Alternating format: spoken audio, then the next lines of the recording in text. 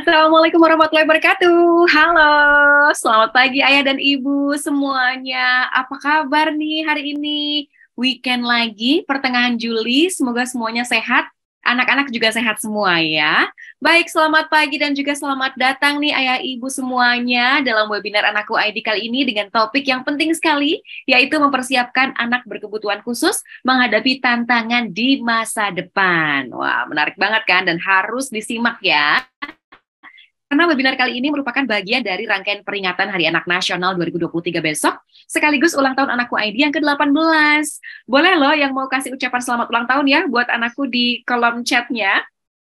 Jadi Anakku ID juga punya kampanye nih untuk peringatan Hari Anak Nasional tahun ini, yaitu ABK juga bisa. Jadi selamat ya untuk anak-anak di seluruh Indonesia dan juga selamat ulang tahun untuk Anakku ID. Saya Indri, ayah ibu semuanya yang akan menjadi host selama webinar ini berlangsung. Dan nanti kita akan ngobrol-ngobrol dengan 3 orang narasumber yang ahli di bidangnya masing-masing. Ayah dan ibu juga dipersilakan untuk bertanya melalui kolom chat, atau yang mau nanya langsung juga boleh banget klik tombol raise hand aja ya. Dan nanti di akhir acara kita akan pilih 3 pertanyaan terbaik yang masing-masing akan mendapatkan hadiah voucher GoPay senilai Rp100.000 masing-masing. Oke, selamat pagi dulu buat Ibu Ayu Khairiyah yang di Palembang sudah hadir. Ibu Ellen juga udah hadir, Ibu Ayu selamat pagi. Bogor juga udah hadir nih. Oke, terus siapa? Siapa lagi yang sudah bergabung ini? Selamat ulang tahun anakku katanya. Terima kasih banyak. Selamat pagi untuk Ibu Yeni yang sudah bergabung. Kemudian juga ada Ibu Sri, ada Ibu Elisa, ada Ibu Tumpina. Apakah suaranya sudah terdengar? Ini ayah ibu semuanya. Kayaknya mesti klik tombol yang ada voice-nya. Sudah ya, Ibu Tumpina? Dari Bandung juga sudah aman. Baik, kalau sudah aman semuanya, baik kalau begitu kita langsung aja. Sebelum masuk ke obrolan dengan narasumber, saya mau infokan sedikit nih mengenai Anakku Group untuk para ayah ibu yang hadir saat ini ya. Jadi, Anakku Group ini didirikan oleh Profesor Dr. Hardiono Pusponegoro, seorang dokter spesialis anak konsultan neurologi dengan tujuan untuk menyediakan informasi, kemudian pelayanan terapi, dan juga pendidikan bagi anak dengan kebutuhan khusus atau special needs children. Nah, Anakku Group ini membawai klinik Anakku Check My Child, kemudian Anakku Media, dan juga Sekolah Anakku. Kalau pengen tahu lebih lengkapnya, ayo kita simak sama-sama dulu yuk penayangan video berikut ini tentang anakku. Silakan.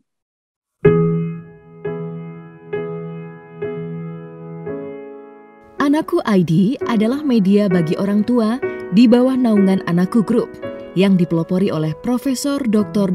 Hardiono D. Pusponegoro. Anakku menyuguhkan berbagai informasi penting seputar kesehatan, tumbuh kembang, maupun gangguan perkembangan anak dari sumber yang terpercaya. Untuk memperluas jangkauan penyebaran informasi, Anakku ID menggunakan berbagai platform media sosial seperti website, Facebook, Instagram, maupun Twitter. Melalui segmen Anakku ID Experts, ayah dan ibu juga dapat mendengarkan serta berdiskusi dengan para ahli di bidang kesehatan anak, baik melalui webinar maupun Instagram Live. Bagi ayah dan ibu yang membutuhkan keperluan bagi si kecil, silakan berbelanja di toko online Anakku ID yang dapat diakses langsung dari website Anakku ID. Anakku ID berkomitmen untuk menjadi mitra bagi orang tua dalam mendampingi tumbuh kembang anak, serta bersama-sama mewujudkan generasi masa depan yang sehat, cerdas dalam berbagai aspek, ceria, juga mandiri.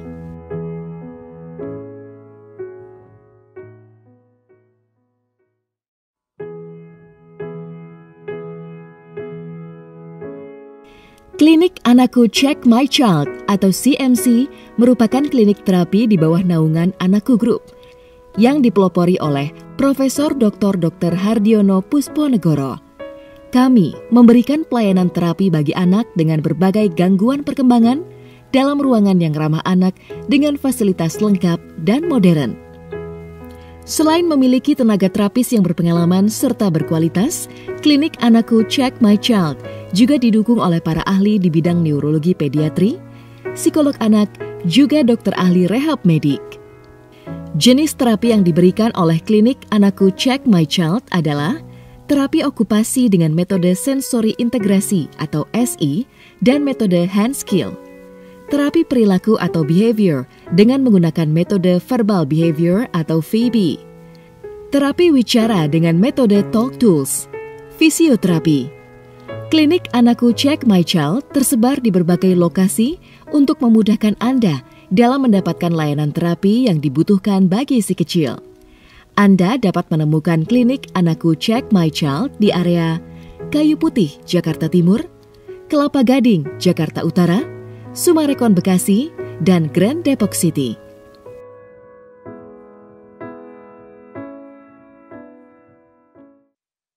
Iya, nah yang mau coba screenshot dulu ya. Jadi lokasi-lokasinya klinik anakku di mana aja, diulang lagi nih, di Kayu Putih, di Kelapa Gading, di Bekasi, di Depok, dan juga yang terbaru adalah di PIK, di Jalan Townhouse Cordoba nomor 79 di Pantai Indah Kapuk ya. Jadi silakan saja langsung di screenshot nih. Yang butuh apa-apa boleh langsung follow juga Instagramnya @anakku.id. Oke, nah langsung aja yuk. Sekarang kita mau menyapa dan terima kasih banyak buat ayah ibu yang sudah mengucapkan ulang tahunnya nih buat Anakku ID. Mudah-mudahan ini katanya Ibu Rina, selamat ulang tahun anakku. Semoga tambah sukses dan juga bisa berperan membantu anak-anak Indonesia dalam menggapai cita-citanya. Amin. Terima kasih banyak loh, ini supportnya senang banget. Nah, sekarang kita mau menyapa narasumber yang ada di webinar kali ini. Saya panggilkan langsung aja untuk bisa saling menyapa ya. Yang pertama adalah Dr. Citra Radita. Jadi beliau ini adalah dokter spesialis anak konsultan neurologi. Selamat pagi Dr. Citra, apa kabarnya? Pagi Mbak Indri, pagi Ayah Bunda semua. Yay. Alhamdulillah, kabar baik. Sehat ya? Sehat, Oke. semoga semua dalam keadaan Ini sehat ya. kita menuju Hari Anak Nasional besok ya. Jadi kalau mau nanya-nanya Ya. boleh banget ya Dokter Citra. Boleh ya? Boleh. Oke. Nah kemudian berikutnya narasumber kita yang kedua adalah seorang terapis perilaku dari Klinik Anakku CMC. Ada Mbak Riris Nurhanifianti SPSI yang saat ini juga sedang mengikuti pendidikan gelar masternya untuk ilmu psikologi. Halo Mbak Riris, apa kabar? Mbak Riris, selamat pagi. Halo Mbak Indri, selamat pagi. Halo Ida. Waduh, ini berarti bagi-bagi waktu dong ya, ngisi webinar, abis itu masih melanjutkan gelar master, sambil masih ada siswa terapis berarti ya? Masih ada Mbak. Masih ada ya. Oke, nanti kita ngobrol-ngobrol lagi. Lalu narasumber kita yang ketiga, yang gak kalah pentingnya adalah seorang pendidik dari anak-anak berkebutuhan khusus ya. Yuk kita sapa bareng-bareng. Halo, selamat pagi Mbak Indriana Anggraini SPDI, Ibu Kepala Sekolah dari Sekolah Anakku. Halo Mbak Indri, ini kayaknya Bu Indri aja deh. Saya boleh nggak dipanggil Kakak Indri? Ngarep ya. Halo Ibu Indri, selamat pagi. Oke, saya coba untuk unmute. Nah, boleh diklik. Selamat pagi, Mbak Iya. Indri. Terima kasih sudah bergabung. Terima kasih. Iya, oke. Nah, karena sudah lengkap tiga-tiganya narasumber kita, ada Dokter Citra, ada Mbak Riris, dan juga ada Ibu Indri. Yang mau bertanya langsung boleh banget ya, dituliskan aja pertanyaannya, nama, spasi domisilinya di mana, kemudian pertanyaannya apa di kolom chat, atau klik tombol raise hand, nanti kita ngobrol bareng-bareng. Oke, saya ingin mengawali dengan pertanyaan ke Dokter Citra dulu ya dok ya. Kalau dari sisi kesehatan atau ilmu kesehatan, sebetulnya kan kita sering sekali mengulang ABK atau anak berkebutuhan khusus. Tapi secara definisi dan juga penjelasan mungkin akan lebih lengkap kalau Dokter Citra bisa menjelaskan dulu sama kita dari sisi medisnya. Silakan. Baik, terima kasih Mbak Indri atas pertanyaannya. Ya, memang jadi anak berkebutuhan khusus atau kalau bahasa Inggrisnya special needs children ya. Itu sebenarnya kalau dari literatur banyak sekali payungnya atau definisinya. Tapi saya sebagai dokter anak mengacu pada referensi yaitu Jurnal Anak Internasional, yaitu American Academy of Pediatrics. Nah, menurut AAP singkatannya, jadi anak dengan kebutuhan khusus itu adalah semua anak yang memiliki masalah atau disabilitas ya, memiliki kondisi ya dengan masalah atau disabilitas ataupun memiliki resiko untuk mengalami masalah atau disabilitas secara jangka panjang atau kronik dalam area atau bidang fisik, ya bisa fisik, bisa perkembangannya. Perkembangan itu pada anak definisinya ada beberapa juga area seperti misalkan motorik, kemudian bahasa, kemudian kognitif, sosial, ya, emosional. Nah itu semua adalah perkembangan anaknya dan juga bisa secara psikologis, ya. Nah, itu semua terjadi kronik jangka panjang dan anak tersebut memerlukan penanganan secara medis ataupun secara penanganan yang terkait, ya, tidak hanya medis tapi non medis, ya, yang jumlahnya dan kualitas atau kuantitasnya melebihi anak-anak yang secara umum. Nah, itu, ya. Contohnya apa? Misalkan tadi kan suatu gangguan atau masalah di kondisi fisik. Fisik, misalkan saya sebagai dokter neurologi anak, contohnya anak dengan cerebral palsy, ya, di mana dia memiliki keterbatasan dalam hal fisik, mungkin dia ekstremitasnya lebih kaku, lebih spastik, sehingga dia akan mempengaruhi fungsinya untuk bergerak atau berjalan. Atau mungkin ada contohnya ada dia gangguan penglihatan, pendengaran, ya. Jadi fisik tuh bisa berupa organ juga. Misalkan ada penyakit jantung bawaan, ada penyakit ginjal dan lain-lain. Ya, dan juga bisa berupa suatu penyakit yang jangka panjang seperti saya Dokter Saraf, epilepsi seperti itu. Ya. Nah, kalau untuk masalah perkembangannya atau perkembangan contohnya yang dalam hal komunikasi, sosial, kemudian emosional, ya, perilaku, itu bisa contohnya pasien dengan spektrum autis seperti itu. Nah, untuk gangguan emosi sendiri, ya, yang emosi saja bisa juga berupa anak-anak yang dengan child abuse, ya, contohnya, atau anak dengan adiksi, misalkan adiksi games, itu juga bisa dibilang sebagai anak berkebutuhan khusus gitu. Nah, seperti itu. Jadi itu adalah definisi secara medis gitu, Mbak Indri. Oke, makasih dokter. Nah, mungkin Mbak Riris boleh kali ya sambil kita lanjutkan dulu ya, Dokter Citra. Mbak Riris mungkin boleh kasih contoh atau dalam praktik kehidupan sehari-hari gitu ya. Nah, gangguan perkembangan dan dari berbagai spektrum ini menjadikan mereka atau anak-anak kita special need ini memiliki hambatan, begitu kan ya. Nah, kira-kira apa aja nih hambatan yang dialami oleh ABK sehingga kemudian membuat mereka jadi sulit untuk meraih cita-cita dan juga keinginannya di masa depan? Silakan Mbak Riris. Oke, terima kasih Mbak Indi. Nah, tentunya tadi kan ABK sendiri tuh cakupannya cukup luas ya. Iya, benar ya. Seperti yang dikatakan Dokter Citra. Jadi tentunya masing-masing dari mereka pasti memiliki hambatan yang berbeda-beda juga gitu, masalah yang berbeda-beda. Tapi kalau dari aku secara aku soal behavior terapis yang dilihat di sini mungkin terkait kemampuan komunikasinya. Jadi bagaimana mereka mengungkapkan atau mengkomunikasikan apa yang mereka rasakan, apa yang mereka inginkan, kayak gitu. Terus juga terkait emosi dan perilakunya, di mana mereka memahami emosi yang mereka rasakan dan meregulasi emosinya sehingga memunculkan perilaku-perilaku tertentu yang mungkin menghambat cita-cita mereka juga gitu. I see. Jadi makanya perlu dibutuhkan intervensi sejak dini gitu ya, supaya kita bisa membantu mereka gitu kan untuk mengenali sendiri misalnya emosinya gitu. Itu baru satu aspek ya, dan itu banyak banget yang lainnya gitu ya Mbak Riris. Lagi. Betul. Nah, kalau dalam masa sekolah di mana ya? Coba kita tanya sama Bu Indri dulu. Bu Indri mungkin boleh diceritakan sedikit. Apa aja pengalamannya Bu Indri selama jadi guru gitu ya, atau ketika menangani anak-anak berkebutuhan khusus di sekolah anakku? Silakan Bu Indri. Ya, kebetulan kan sekolah anakku ini menangani anak-anak dengan sindrom autisme ya. Jadi sindrom autisme ini memang mengalami masalah dalam interaksi sosial gitu.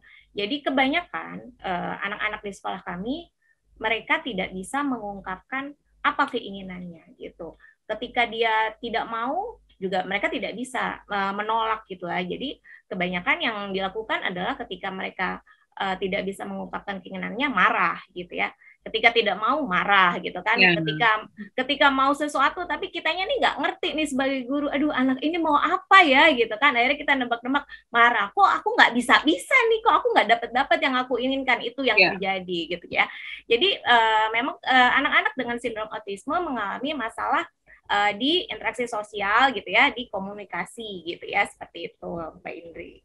Oke, wah ini menarik untuk dibahas how to-nya sih sebenarnya Bu Indri, betul ya.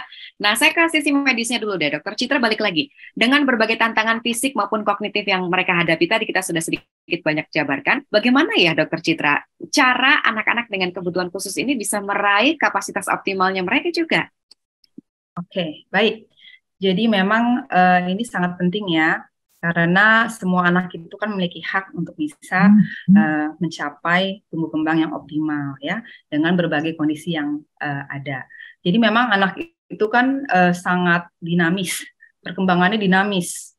Dari mulai masa-masa anak pun juga banyak, dari mulai bayi, anak, balita, remaja dengan tantangan yang berbeda-beda. Nah, jadi sebenarnya kita semua fase tahap tersebut memang juga penanganan yang berbeda. Tapi intinya anak tersebut, anak dengan berkebutuhan khusus harus memiliki atau mendapatkan penanganan yang holistik.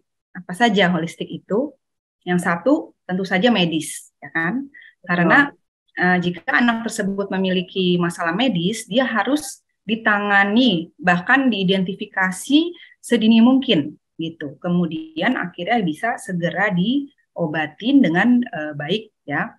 Kenapa? Karena kalau misalkan nanti tidak diobatin atau tidak diterapi sedini mungkin dan dengan baik, maka akan penyakitnya tersebut, medisnya tersebut akan semakin merusak otaknya gitu. Dan akhirnya akan merusak otak dan lain-lain ya. Dan otak itu kan bisa menjadi suatu sumber dia perkembangannya gitu ya. Akhirnya akan menjadi anak tersebut akan semakin menurun kemampuannya gitu ya. Contohnya bagaimana? Misalkan anak tadi cerebral palsy dengan kondisi ekstremitasnya yang spastik kaku, ya dia harus sering misalkan misalkan diindikasikan minum obat misalkan agar lebih lemas.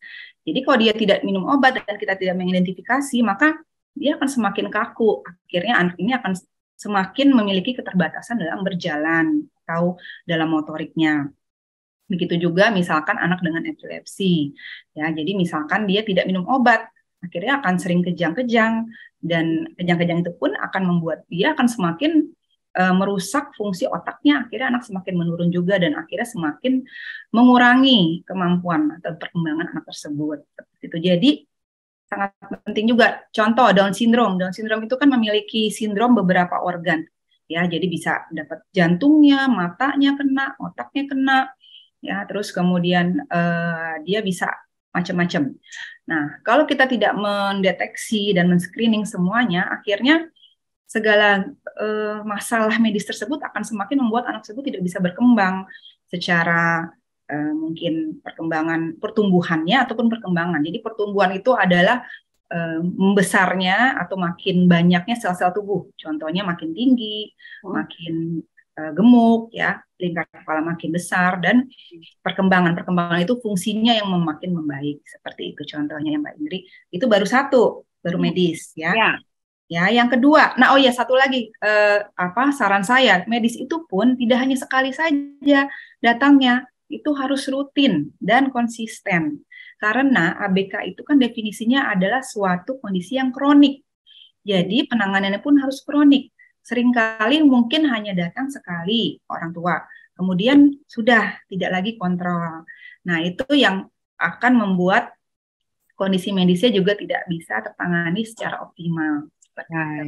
Ya, kemudian yang kedua adalah mungkin penanganan secara psikologis, ya, karena memang anak dengan ABK itu kan pasti dia anak yang mungkin ABK kan tidak hanya ada juga yang fisiknya aja ya atau organnya, dia masih bisa berpikir, masih bisa alert terhadap dirinya bahwa dia berbeda seperti itu. Apalagi kalau sudah masa remaja, pasti penerimaan terhadap dirinya dan lingkungannya juga pasti berbeda gitu. Nah, ini akan menghambat perkembangan anak. Anak mungkin akan menjadi merasa lebih ingin sendiri, mengisolasi diri, anak depresi, dan akhirnya kalau seperti itu dia jadi malas untuk berobat. Kan ada anak yang capek berobat, capek kontrol, minum obat, dia tidak semangat untuk menstimulasi dirinya, padahal sebenarnya kan pada ABK ini kita harus memfokuskan pada kelebihan anak tersebut, bukan kekurangan ya. Jadi akhirnya tidak tereksplor juga kelebihan anak ini karena anak itu sudah merasa dirinya kurang gitu, berbeda. Nah, ini juga butuh penanganan psikologis yang baik ya. Kemudian ketiga, penanganan rehabilitasi. Rehabilitasi maksudnya adalah untuk memperbaiki dari kemampuan anak ini atau skill anak ini. Ya, contohnya pada anak misalkan spektrum autis, dia perlu untuk diberikan terapi, sensor integrasi, terapi perilaku, ya contohnya, atau anak dengan misalkan tadi cerebral palsy butuh fisioterapi, jadi butuh tidak hanya obat-obatan medis, tapi juga rehabilitatifnya. Nah ini yang klinik anakku CMC ya, itu lengkap, beliau memiliki fasilitas untuk terapi tersebut ya. Kemudian yang terakhir, bukan terakhir sih, masih keempat ya, edukasi ya, edukasi sangat penting karena anak dengan kebutuhan khusus itu kan juga memiliki masalah atau kemampuan kognitif dan lain-lainnya yang berbeda ya, komunikasinya berbeda, interaksinya berbeda, fisiknya berbeda, lain-lain, banyak yang tadi spektrum payungnya itu besar sekali. Jadi mungkin dia memiliki harus mendapatkan juga sistem edukasi juga yang khusus gitu, yang tailor made maksudnya yang memang sesuai dengan anaknya. Seperti peribahasa misalkan, ya ikan nggak akan bisa ngalahin monyet dalam hal manjat, ya kan? Tapi monyet juga nggak bisa berenang kayak ikan, gitu kan? Nah seperti itu. Jadi kita harus memiliki atau memasukkan anak tersebut ke tempat edukasi yang sesuai ya. Mungkin salah satunya pilihannya kan sekolah anakku ya, gitu yang mungkin bisa akan nanti membantu memfasilitasi ya. Oke. Terus kemudian untuk itu juga pada anak dengan kebutuhan khusus itu perlu suatu social care ya, atau suatu pendampingan sosial. Contohnya apa? Memang itu contohnya seperti komunitas-komunitas. Ya, kenapa? Karena komunitas itu seperti kita saling menguatkan ya dengan orang tua yang memiliki anak-anak dengan kondisi yang sama, dia bisa saling sharing, bisa saling membantu. Saya butuh ini misalkan ya, saya kan dengan Prof Hadiono juga dengan penggagas RPAI, misalkan epilepsi, anaknya saya habis obatnya, yang di grup komunitas saya masih punya nih, silakan ambil, atau ada obatnya di sini, atau seperti itu contohnya. Jadi kita dengan komunitas seperti itu kan tidak sendiri, bisa saling sharing, karena mungkin kalau ke dokter kan mungkin juga terbatas waktunya atau kadang jadwalnya juga terbatas, tapi memiliki komunitas yang dengan kondisi atau masalah yang hampir mirip bisa memberikan sharing dan memperkuat juga psikologis dan mental orang tua atau yang pengasuh ya. Kemudian yang terakhir yang paling penting juga untuk bisa mengoptimalkan perkembangan anak ABK adalah ya keluarga itu sendiri. Jadi keluarga itu paling penting karena keluarga yang 24 jam bersama anak tersebut dan mengenal dan mengetahui segala hal mengenai anak tersebut. Jadi tidak hanya kita mengandalkan terapi atau sekolah ya, tapi di rumah pun juga harus diterapkan apa yang juga sudah diajarkan di terapi, di sekolah ya dan lain-lain. Jadi itu mungkin adalah holistik dari penanganan anak ABK agar optimal perkembangannya. Thank you Dr. Citra. Sebelum kita nanti menjawab pertanyaan dari ayah ibu yang sudah pada nanya nih banyak banget ya. Tapi saya mau kembali sama Bu Indri dulu. Jadi untuk Mbak Riris nih, apa aja hal-hal yang penting dalam mendukung terapi pada anak gitu ya, supaya mereka bisa dapat manfaatnya. Terus lanjut lagi ke Bu Indri, dan menurut Bu Indri gimana sistem pendidikan yang seperti apa yang cocok diterapkan buat ABK-nya? Sebelum itu nanti setelah itu kita akan langsung ke pertanyaan ya. Silakan Mbak Riris duluan ya. Oke, kalau misalnya hal apa saja yang mendukung terapi pada ABK biar lebih efektif, sebenarnya yang paling penting adalah kerjasama antara terapis, orang tua, dan lingkungan sekitar.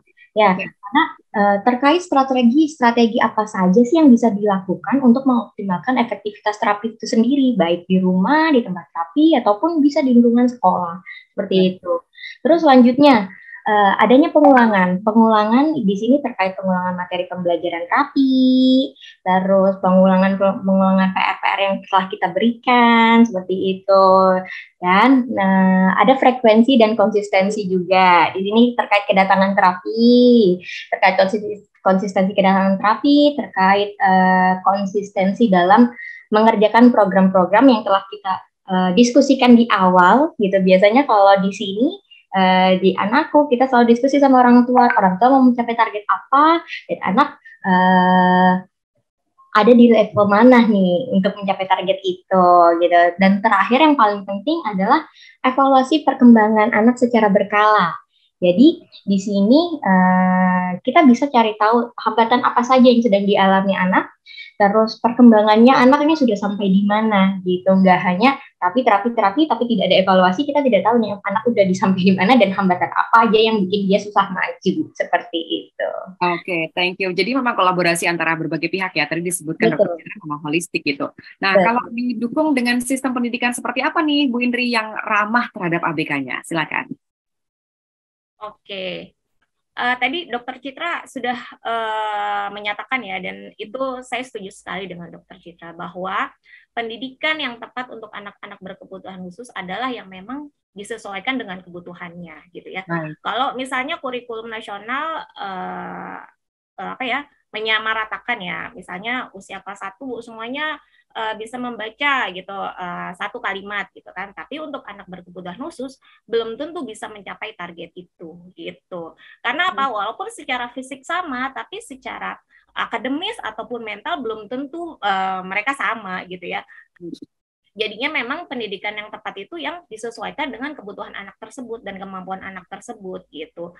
Jadi bisa jadi ketika anak ayah ibu sudah usia 7 tahun tapi secara akademis belum bisa nih mencapai usia itu gitu ya. Jadi memang harus kita sesuaikan. Jangan dipaksain ayah ibu ya. Anaknya harus belajar nih kayak tetangga saya nih. Sudah bisa baca tulis ya. Anaknya belum bisa apa-apa, gimana dong gitu.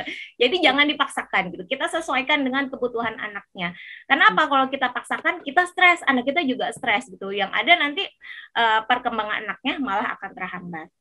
Betul juga tadi yang harus diperhatikan adalah kolaborasi antara dokter, terapis, dan sekolah gitu. Apapun yang disarankan oleh dokter, terapis gitu, ataupun guru di sekolah memang seyogyanya dikerjakan juga di rumah gitu. Supaya apa? Supaya perkembangan anaknya optimal. Jadi jangan hanya mengandalkan anak saya udah terapi, anak saya udah sekolah di sekolah anakku gitu ya misalnya ya.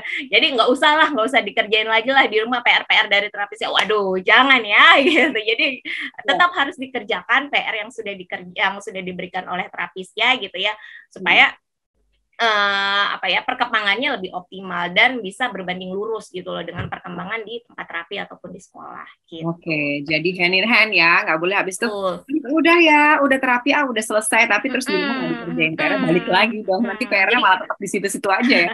Iya, ayah ibu kalau misalnya mau cari sekolah juga harus diperhatikan ya, kan sekarang ada nih ya sekolah inklusi banyak ya kan ya. Jadi sekolah inklusi, sekolah-sekolah reguler yang menerima anak-anak berkebutuhan khusus. Jadi tolong diperhatikan, jadi kurikulumnya bukan hanya inklusi saja, tapi juga diperhatikan sarana dan prasarananya. Apakah sekolah tersebut menyediakan guru-guru untuk mendampingi anak kita gitu ya. Ada sekolah yang melakukan sekolah inklusi, tapi anak kita tidak ada guru pendamping gitu. Kalaupun sekiranya anak kita sudah tidak memerlukan guru pendamping, kita perhatikan kembali apakah suasana kelasnya mendukung anak kita untuk belajar di tempat tersebut gitu ya. Jadi kembali lagi ke situ ya Mbak Indri, ayah ibu sekalian, coba kita perhatikan kurikulumnya atau programnya, sarana dan prasarana dan sumber daya manusia di sekolah tersebut gitu. Kebutuhan anaknya ya. Oke, personal sifatnya. Baik, nah sekarang yuk kita langsung aja buka sesi Q&A karena kayaknya udah banyak banget yang mau nanya. Saya ke Ibu Desi dulu nih yang udah klik tombol raise hand dan membuka kamera. Boleh ya, yang mau nanya boleh buka kameranya ya. Oke, Ibu Desi, ada di kota mana nih? Selamat pagi. Masih belum kedengeran ya suaranya, saya coba unmute dulu ya. Oke, boleh diklik? Yap. Ibu Desi. Assalamualaikum. Waalaikumsalam. Dari kota mana nih, Bu Desi? Dari Palembang. Palembang, selamat bergabung ya. Silakan. Ya, saya mau tanya dokter, anak saya Down syndrome. Usianya 4 tahun. Yang mau saya tanyakan, sebaiknya di usia berapa anak berkebutuhan khusus bisa sekolah, dan apakah harus melalui asesmen psikolog, dan lalu apakah dengan hasil asesmen itu setiap anak berkebutuhan khusus itu mempunyai kurikulum yang berbeda dari anak berkebutuhan khusus yang satu dengan anak berkebutuhan khusus yang lainnya, seperti itu. Baik. Kalau begitu, terima kasih banyak Bu Desi. Berarti siapa dulu nih kalau yang mau jawab tadi pertanyaannya Di usia berapa ya anaknya bisa sekolah? Bolehkah ke Dokter Citra dulu, nanti Ibu Indri dan Mbak Riris bisa menambahkan? Silakan. Ya, baik. Terima kasih. Halo Ibu Desi dari Palembang. Ya, Ibu. Ya, Ibu, jadi memang anak dengan Down syndrome itu kan suatu keterlibatan beberapa organ dengan range yang juga berbeda-beda. Ya, jadi ada anak Down syndrome tidak semuanya memang ada penyakit jantung misalkan. Ada yang ada dengan keterlibatan jantung. Ada yang Down syndrome nggak bisa lihat, matanya ada gangguan di pupilnya misalkan. Ada yang bisa lihat, ada anak Down syndrome yang bisa jalan, ada juga yang tidak bisa malah. Ya, ada yang bisa ngomong bicara, ada yang sampai tidak bisa. Jadi memang range-nya luas, kemampuannya juga luas, berbeda-beda, dan keterlibatan organnya juga berbeda-beda. Nah, kapan dia bisa sekolahnya itu tergantung pada semua kemampuan, semua kondisi medisnya ya. Kalau saya sebagai dokter, saya lihat kondisi medisnya ya, dan apakah kondisi medisnya itu sangat berat, apa ringan, apa sedang, dan pasti kondisi medis akan mempengaruhi kesiapan dia dalam hal mental, kognitif, ya, sosial, interaksi, bicara, dan lain-lain. Nah, itu yang memang dibutuhkan untuk sekolah seperti itu. Jadi untuk usia berapa itu tidak bisa saya tidak bisa memberikan suatu patokan. Yang pasti anak dengan Down syndrome harus segera di screening untuk gangguan medisnya, diatasi dengan dini dari awal ya, untuk penyakit medisnya ya, diatasi entah dia dari dengan terapi, dengan tindakan. Kadang ada juga anak Down syndrome yang butuh tindakan operasi jantung dan lain-lain. Mata ada yang katarak ya, agar semua panca inderanya, semua fisiknya, medisnya itu baik, seoptimal mungkin. Jadi dia bisa untuk menggapai ibaratnya sekolah, menggapai ilmu atau informasi di sekelilingnya dengan baik ya, yang akhirnya sekolah tersebut. Jadi mungkin dari saya itu ya. Jadi mungkin bisa ditambahkan untuk masalah kurikulum ya, tentu saja berbeda. Kurikulum pasti tentunya berbeda karena tadi sudah dijelaskan anak dengan berkebutuhan khusus memiliki juga kemampuan, memiliki kondisi yang berbeda ya. Jadi memang harus tailor made atau disesuaikan dengan kebutuhan. Begitu. Oke. Makasih Dr. Citra. Bu Indri mau menambahkan, silakan loh.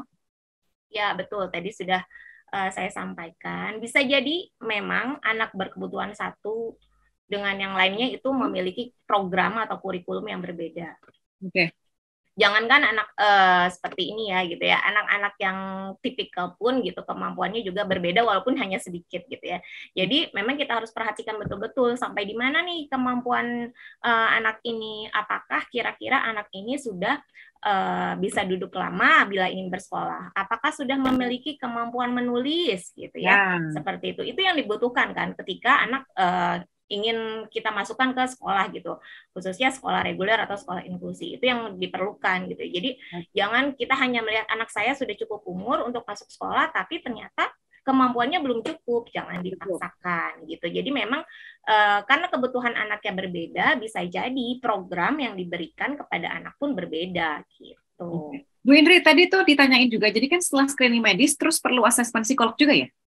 Untuk ya masuk. Biasanya kalau untuk biasanya kalau untuk masuk di sekolah anakku, kami memerlukan surat rujukan dari psikolog ataupun dokter ya, gitu.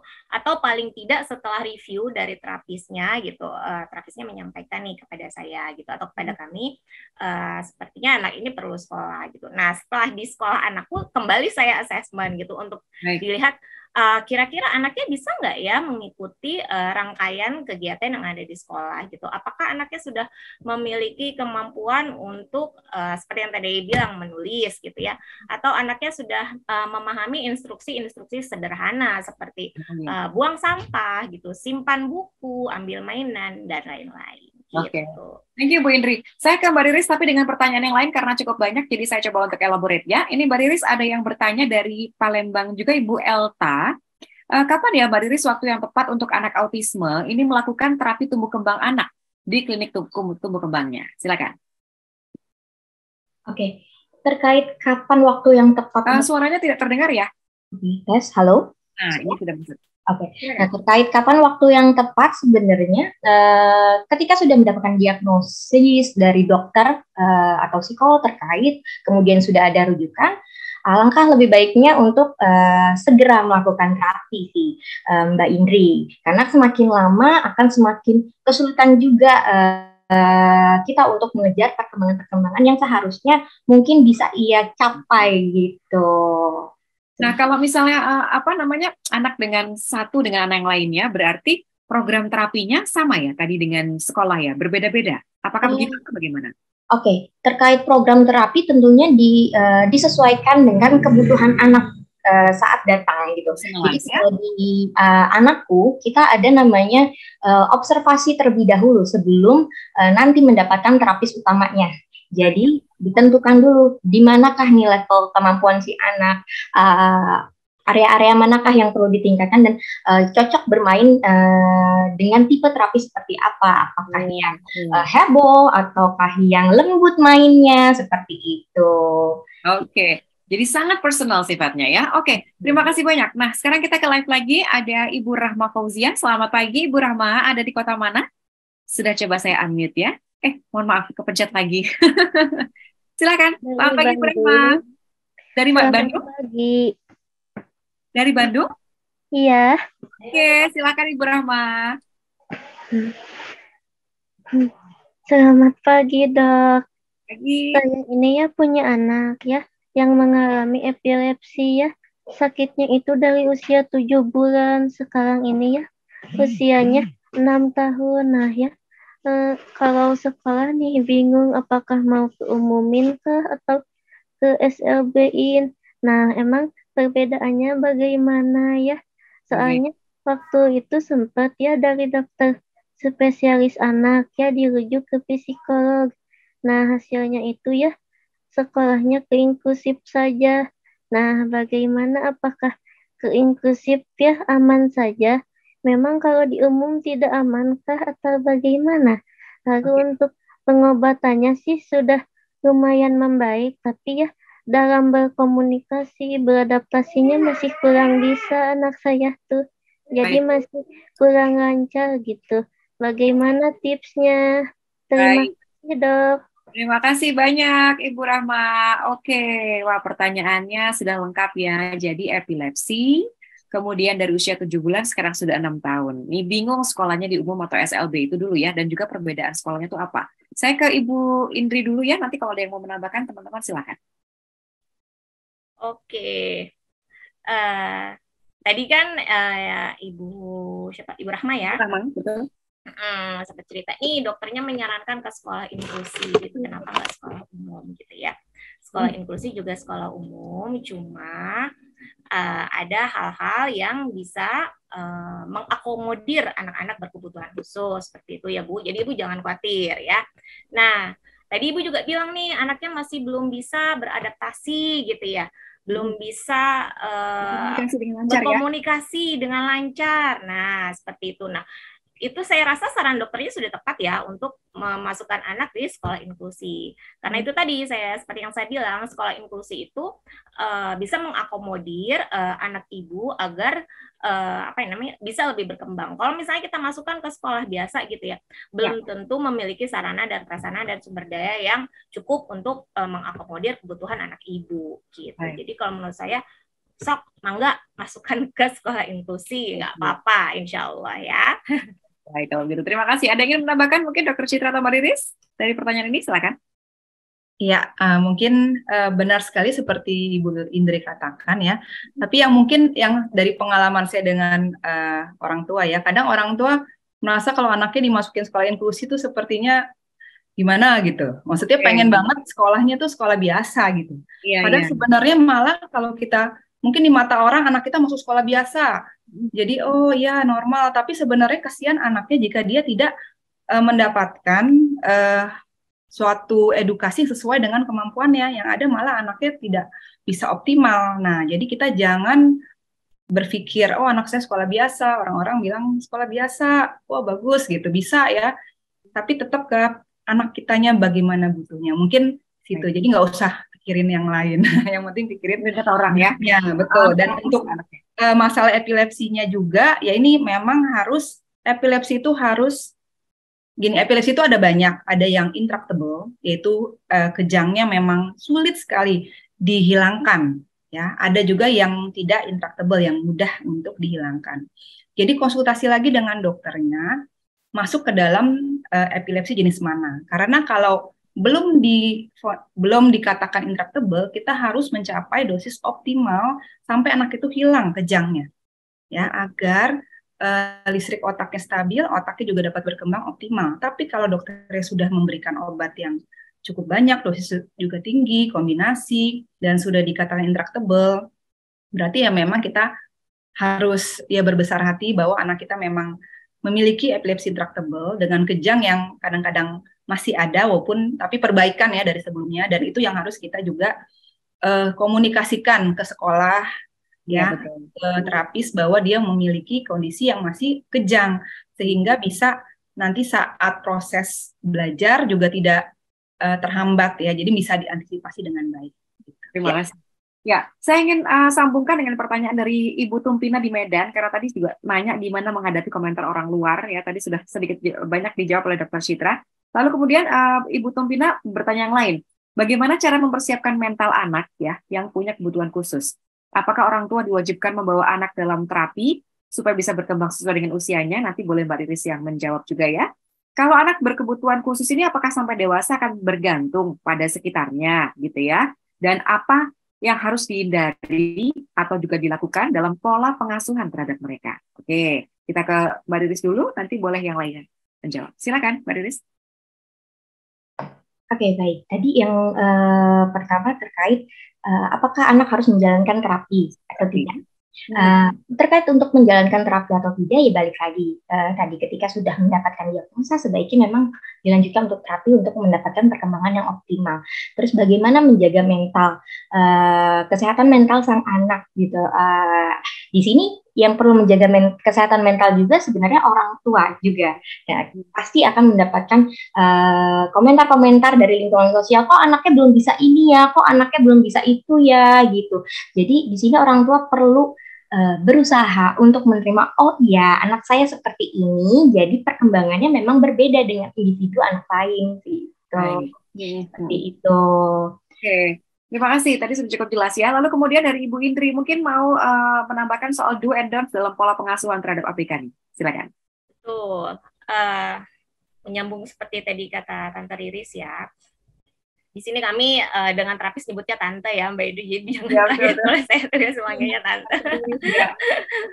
Jadi sebenarnya tadi juga di awal sudah disampaikan oleh dokter. Jadi bukan orang tua saja yang bukan anak saja yang membutuhkan support system ya untuk perkembangannya gitu.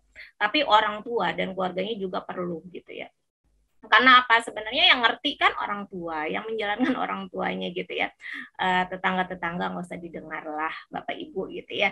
Mereka nggak ngerti gimana rasanya gitu. Jadi kita fokus pada perkembangan anaknya. Nah yang harus dilakukan adalah memang mendampingi anak memang perlu sekali gitu. Tapi ketika perkembangan anak sudah mulai terlihat, nah bantuannya bisa kita kurangi sedikit demi sedikit. Misalnya ketika anak belajar cuci tangan, ini kan kemarin pandemi ya. Sebentar-sebentar cuci tangan, sebentar-sebentar cuci tangan. Nah, itu kan rutin dilakukan ya.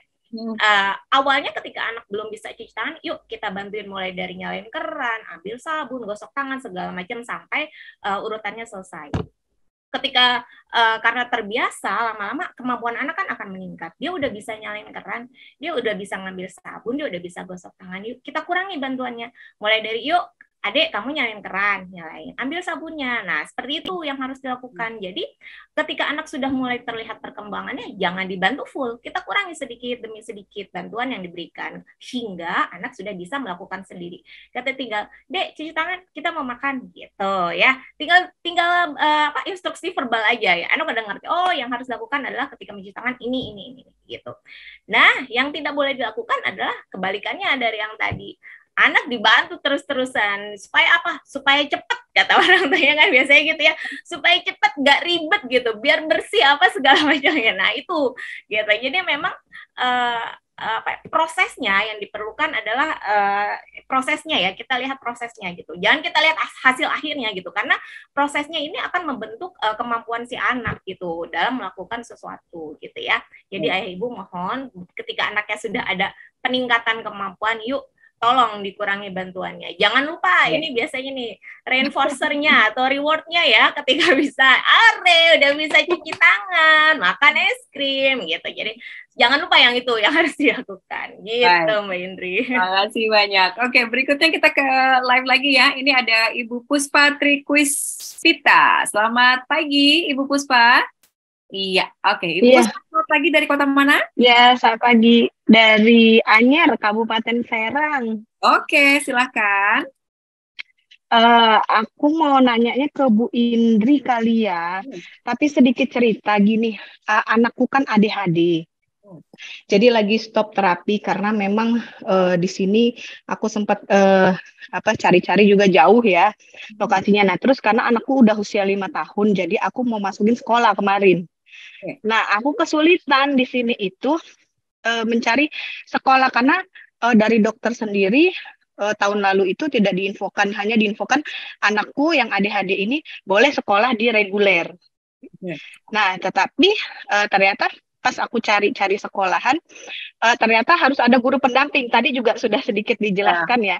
Aku baru tahu gitu, karena aku mungkin orang tua yang awam gitu ya. Jadi harus ada guru pendamping, dan di sini itu aku lagi kesulitannya, guru pendampingnya itu hanya lulusan SMA yang di training. Pada intinya aku kesulitan ya, nyari sekolah untuk anakku yang ADHD. Akhirnya tahun ini aku tidak menyekolahkan dia gitu. Apakah aku harus lanjutkan terapi atau ada saran untuk gimana ya? Aku sebagai orang tua yang baru dengan anak berkebutuhan khusus ini mencari sekolahan yang sesuai gitu dengan diagnosanya yang ADHD gitu. Oke, baik. Jadi kesulitan mencari sekolah ya, sebagian besar dari ceritanya. Anaknya sekarang sudah umur 5 tahun ya? 5 tahun, iya. Oke, baik. Kita coba ke Bu Indri dulu ya, nanti kalau yang lain mau menambahkan silakan. Terima kasih Bu Puspa.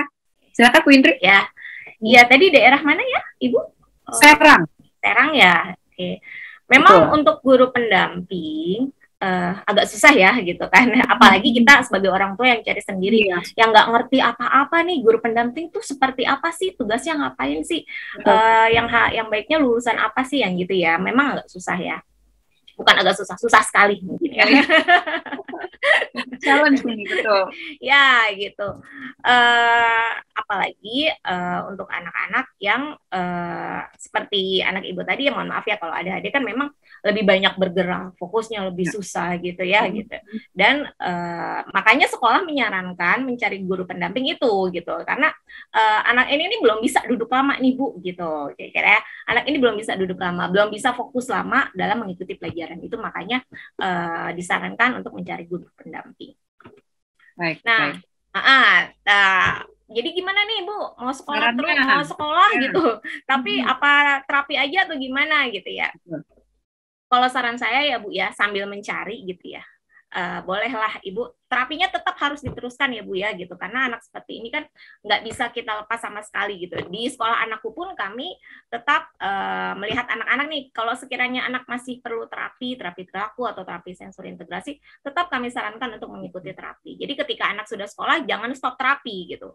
Justru ketika stop terapi, justru malah nanti jadinya mundur gitu, karena kan terapi itu membantu mengoptimalkan anak dalam kegiatan di sekolah gitu. Jadi ketika anak sudah mulai sekolah, jangan stop terapi. Kalau anak belum sekolah apalagi gitu ya, tetap harus terapi malah gitu ya. Nah, ini Mbak Riris mungkin mau menambahkan sesuatu kah dari pertanyaan atau keluhan yang tadi? Tapi kalau ngomong-ngomong soal terapi ya, terapi itu boleh nggak sih secara online kalau misalnya kesulitannya tadi adalah tempat terapinya jauh misalnya gitu ya? Itu kayak gimana ya? Boleh nggak sih Mbak Riris? Bisa saja Mbak, terkait terapi online ya di anakku juga pernah ada sih. Cuma memang ya balik lagi, mungkin akan ada kendala-kendala yang dihadapi kan, kayak misalnya sinyal, dan itu memang harus dipastikan gitu. Kalau misalnya memungkinkan untuk terapi online, silakan dilakukan terapi online untuk mendapatkan informasi-informasi terkait program-program yang bisa dilakukan di rumah yang yang disesuaikan dengan kebutuhan si anak kayak gitu. Dan juga orang tua bisa menjalin diskusi dengan terapis tentang sekolah ataupun guru pendamping yang mungkin bisa diperlukan oleh anak gitu. Jadi bisa dikonsultasikan dulu lah ya. Bu Indri, tadi saya lupa nanyain ini loh, lokasinya sekolah anakku tuh di mana ya? Mungkin ada ayah ibu yang bertanya-tanya gitu ya, dan mungkin dekat, jadi saya bisa memasukkan anak saya ke sana misalnya gitu. Silakan. Sekolah anakku ada di Kayu Putih, tepatnya di Jalan Pulau Mas Utara Raya, E3 nomor 60, Jakarta Timur.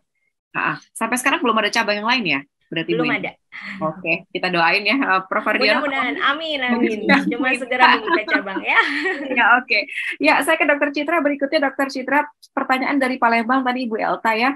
Apa aja sih do and don'ts dalam mengoptimalkan IQ dan juga EQ-nya ya untuk anak dengan autisme di masa tumbuh kembangnya mereka? Silakan. Oke, ya terima kasih Mbak Indri. Jadi do dan don'ts untuk anak autisme ya. Baik, jadi memang anak autisme itu lagi-lagi tadi kita ke dasar untuk holistik perkembangan anak ya. Jadi kita memang harus melihat semua aspek. Jadi misalkan satu medis. Anak autism itu juga kadang-kadang punya komorbid medis. Contohnya komorbid epilepsi bisa juga ya, komorbid gangguan tidur juga bisa. Ya, jadi hal-hal yang seperti itu harus kita deteksi ya, adakah epilepsi, ada gangguan tidur yang akhirnya akan mempengaruhi ya perkembangannya juga ya. Jadi kan anak kalau kejang-kejangan dia nggak bisa ikut terapi jadinya ya, jadi nanti dia terbatas untuk kemampuannya, kurang tidur yang kebanyakan ya, anak autism juga sering kesulitan tidur, itu juga akhirnya akan mengganggu untuk nanti di terapi atau distimulasi. Nah, secara medis harus juga kita berikan atensi. Nah, itu harus diperiksa juga secara medis, makanya harus dicek screening dokter neurologi anak. Ya, kemudian yang kedua adalah ya memang kita harus aware ya. Sebenarnya sih awalnya dulu adalah aware anak kita ini memiliki suatu keterlambatan gitu ya. Jadi sangat penting makanya untuk ayah ibu yang memiliki anak itu memang harus banyak-banyak baca. Anak saya tuh umur segini udah bisa apa, umur segini udah bisa apa. Jadi kalau Prof ini selalu bilang nggak boleh bilang nggak kenapa-napa gitu. Maksudnya, nggak apa-apa itu nggak boleh sekarang. Jadi kita harus langsung periksakan, harus cek. Ini ada sesuatu nggak nih gitu anak. Apalagi kan autis itu kan, spektrum autis itu kita sekarang udah bisa deteksi lebih dini gitu ya. Sudah bisa kita kenali lebih dini gitu. Bahkan sudah bisa diterapi juga lebih dini ya. Ya, dari penelitian saya dengan Prof ini juga malah kalau misalkan terapinya terlalu lambat ya, contohnya terapi awal seperti SI ya sudah di atas 4-5 tahun itu akan memiliki efektivitas yang lebih rendah gitu. Jadi bahkan tidak ada efeknya gitu. Jadi sangat penting untuk orang tua untuk mengetahui adanya keterlambatan pada anak dan segera untuk mencari pendapat dari ahlinya. Ya, ahlinya bagaimana? Jika memang ada tadi dikatakan Bu Riris ya, jika memang sudah didiagnosis harus segera diterapi, jangan ditunda-tunda. Kadang nggak apa-apa deh, tunggu dulu kali ya gitu. Tunggu dulu nanti bisa kok. Kadang-kadang ada yang bilang seperti itu. Karena anak kan berbeda-beda, diagnosis juga berbeda-beda. Ada memang yang tidak bisa bicara, dia hanya delay maturation atau dia hanya terlambat aja kurang stimulasi. Ada juga memang kalau sudah didiagnosis ASD atau Autism Spectrum Disorder, dia harus segera diterapi, tidak bisa ditunggu-tunggu. Jadi satu duanya begitu. Jadi terapi lebih cepat dan kedua rutin. Nah, seringkali tidak rutin. Ini yang menyebabkan jadi juga efek dari terapi tersebut dampaknya juga jadi tidak konsisten ya. Dan akhirnya merasa nggak ada ininya nih, nggak ada manfaatnya di terapi padahal tidak teratur. Ya, dan ketiga tidak diulang di rumah gitu ya, tidak diulang, tidak konsisten karena terapi itu kan paling hanya 1 jam ya gitu. Di rumah kita hampir 24 jam.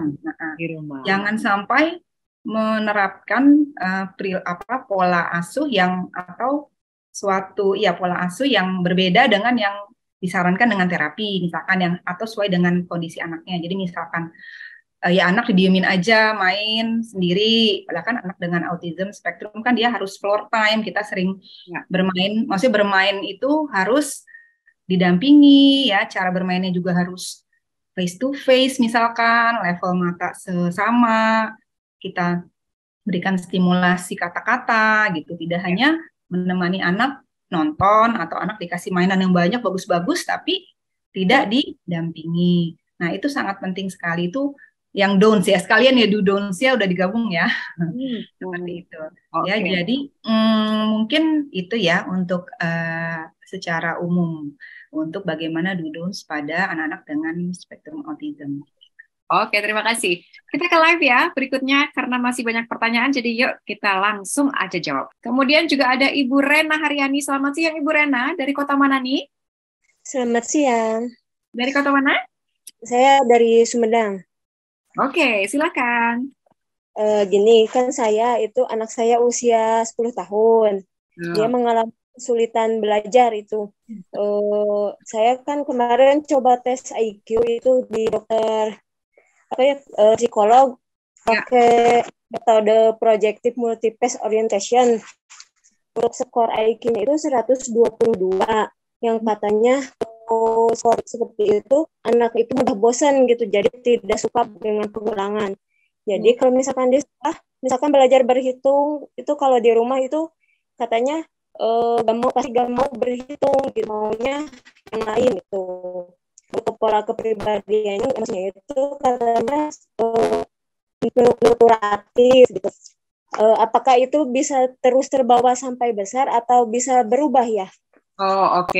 Yang ditanyakan sudah cukup jelas ya. Mungkin Ibu Indri, Ibu Mbak Riris, atau Dr. Citra ada hal lain yang ditanyakan untuk Ibu Rena sebelum ditutup mikrofonnya. Jadi 10 tahun, kesulitan belajar ya. Coba di tes IQ, tadi 122 hasilnya, tapi gampang bosenan gitu ya Bu ya. Nah, yang ditanyakan tuh tesnya saat ini apakah nanti akan terbawa terus sampai dewasa atau nanti bisa berubah. Gitu ya, Ibu Rena. Seperti itu. Terima kasih banyak. Oke, silakan. Siapa dulu yang mau jawab nih? Bu Indri, Mbak Riris? Bu Indri dulu. Oke. Jadi hasil tesnya sepertinya cukup bagus ya, Dok ya? Biasanya sih kalau yang seperti itu, kenapa anaknya gampang bosan? Karena menurut dia sudah bisa gitu ya, atau metodenya itu aja gitu ya, jadinya anaknya gampang bosan. Yuk supaya anak nggak gampang bosan gimana gitu, kita harus variasikan nih metode belajarnya. Biasanya pengurangannya atau misalnya belajar pengurangan gitu ya, biasanya pengurangannya sambil duduk pakai worksheet gitu. 8 dikurang 3 berapa gitu kan, anak tinggal nulis jawabannya. Ketika anak sudah bisa, ya udah dia akan tinggalkan itu lembar kerja, aku udah bisa mah gitu. Cuman dia nggak bilang ya, aku udah bisa gitu, nggak gitu ya. Jadi dia akan tinggalkan lembar kerjanya, dia lari-lari apa segala macam. Gimana sih supaya ada tantangannya nih? Kita kasih tantangan yang ternyata anaknya suka gitu. Kalau ternyata anaknya nggak bisa diem, yuk kita ubah nih metodenya. Jangan lagi pakai worksheet, boleh jadi pakai magnet yang angka-angka gitu ya, kan ada ya.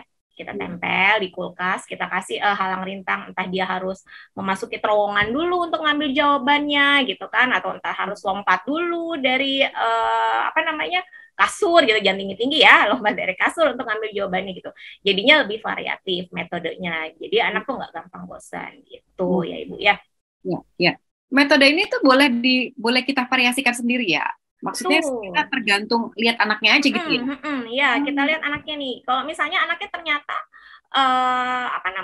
bukan yang tipe challenging gitu ya, ketika ada tantangan malah makin males gitu ya, ya udah kita turunin yuk soalnya gitu ya, kita ganti gitu, kita sekarang mainnya pakai gadget aja gitu ya, karena kan sudah 10 tahun ya, jadi masih boleh lah kita pakai gadget. Yuk ini kan ada game-game tertentu ya yang bisa, atau mungkin orang tuanya bisa bikin sendiri nih, kan sekarang banyak ya aplikasi atau situs yang orang tuanya atau kita sendiri bisa membuat soal ya untuk dikerjakan.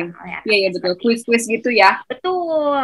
Jadi memang kita lihat nih tipe anaknya yang seperti apa nih gitu ya.